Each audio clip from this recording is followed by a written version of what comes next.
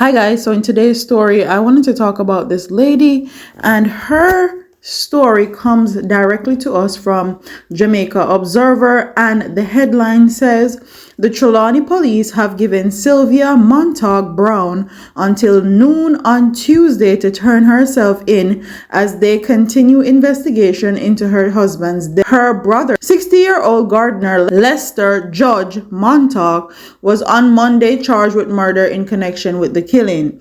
Today is Tuesday. This is probably going to be uploaded on Wednesday. If there's an update, you'll definitely hear it. But let's get into the story. It says, we have moved her from a person of interest to a suspect.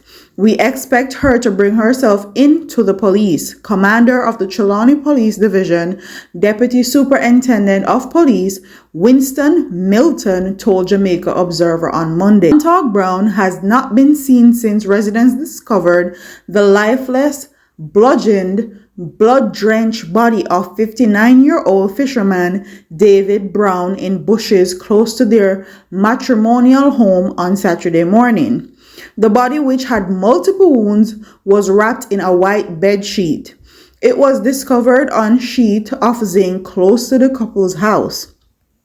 DSP Milton said that the Browns were engaged in a domestic dispute on Friday night. Threats were allegedly made during the fracas, and Montague Brown reported the incident to police. Cops visited the couple's home in an effort to quell the disturbance. However, sometimes after 7 Saturday morning, the police were again contacted by residents who reportedly heard a commotion coming from the couple's house. Neighbors said Brown frequently fought. Like much of the country, the parish has seen its fair share of domestic disputes that have led to loss of life. For example, in the first quarter of last year, the Trelawny police charged Anthony Fidley, also known as Boy Blue and Bodyman of Clarkstown, with the shooting death of 2-year-old Jerome Campbell. This after they responded to a shooting in Mac Hill District, Clarkstown, about 8 p.m. on Saturday, March 12. Investigation revealed that Findley and a male cousin were embroiled in a conflict. Fidley reportedly left the scene and returned with a firearm, which was used to open fire at his cousin, who was seated in a Honda motor car. It was reported that bullets missed the intended target and hit the 2-year-old boy who was seated in the rear of the car. He was rushed to Falmouth Public General Hospital, where he was pronounced dead. Fidley fled the scene and was subsequently nabbed by lawmen during a stop-and-search operation in the parish. During a community meeting that followed the grisly incident, both DSP Milton and Member of Parliament for Trelawny North Tovan Hamilton appealed to residents to desist from using violence to settle domestic disputes. David Brown's killing pushed Trelawny's murder tally to 24 for 2023, 7 fewer than 31 reported at the end of 2022. So if you guys don't know anything, know that Jamaica ranks second in the world for women to be killed by their partners. It is known that Jamaica has a femicide issue. And the fact that she fled says a lot, but I think she needs to turn herself in. It is alleged that she has been a woman that have been suffering in silence for a long time, and it's alleged that he was beating her for a long time and she got fed up and snapped. Allegedly.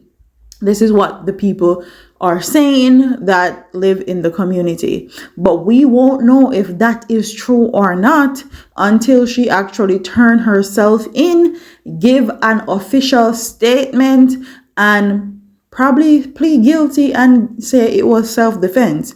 Because you guys know, when you're in Jamaica and you plead guilty, they normally reduce your charges.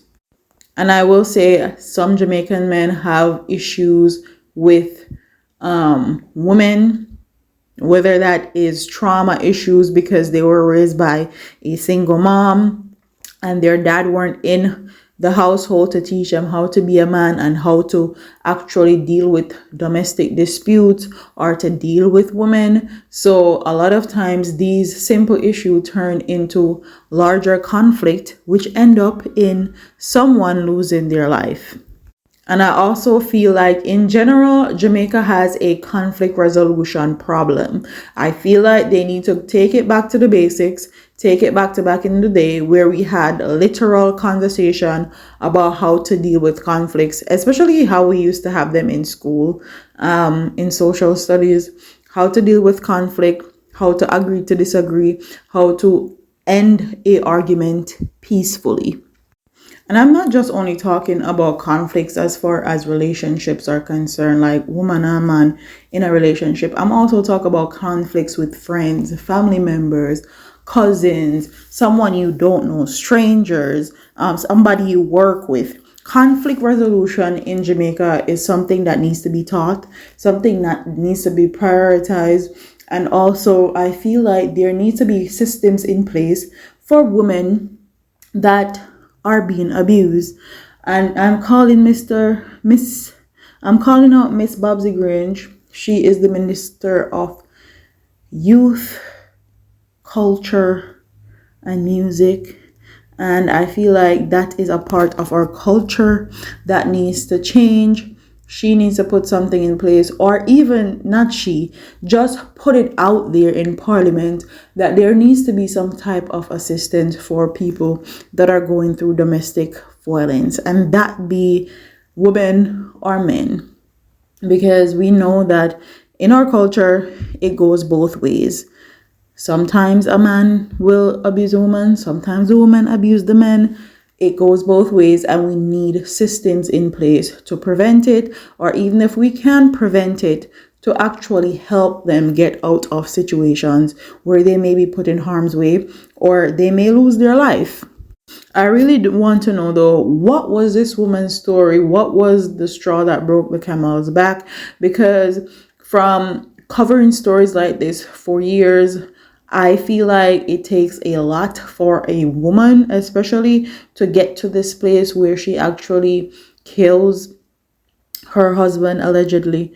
I don't know if it's her or her brother, because her brother has also been arrested. I don't know if it's a combination of her alone and her brother is taking the fall for her, or it's both her and her brother, because her brother was defending her and it went south.